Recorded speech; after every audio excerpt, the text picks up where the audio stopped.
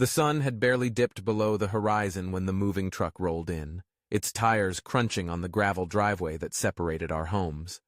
I had lived in this neighborhood long enough to know that new neighbors were always a mixed bag. Some brought fresh energy, while others carried secrets that festered behind closed doors. The man who stepped out of the truck, however, was an enigma wrapped in a shroud of oddities. He wore gloves, even in the warm summer air, and his eyes darted nervously, as if he expected someone to pounce at any moment. As the days turned into weeks, my curiosity about him grew.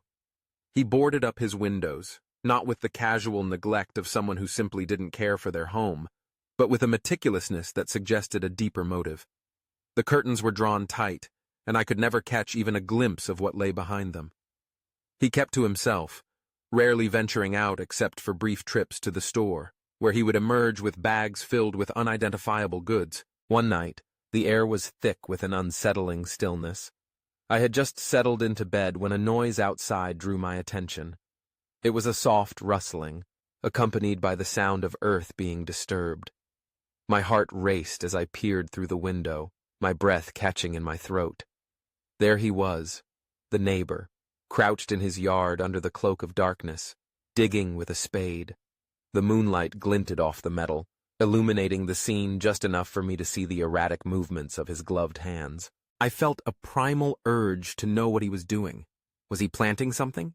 Burying something?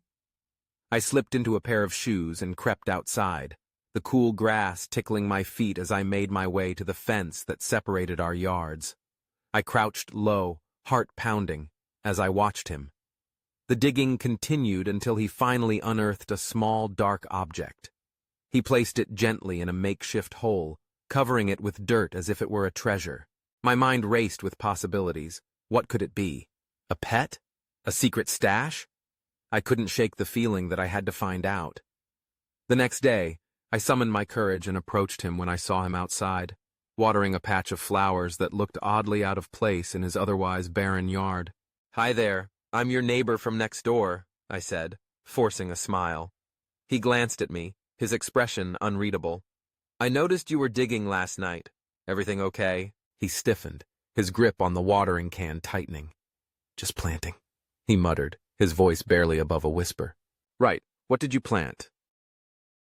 He turned away, dismissing me with a wave of his hand.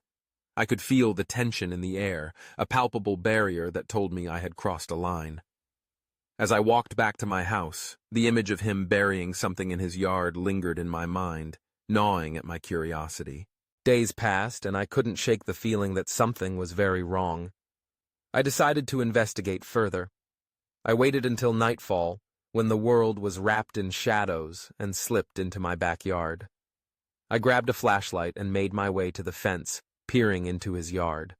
The moon hung high, casting an eerie glow over the freshly disturbed soil.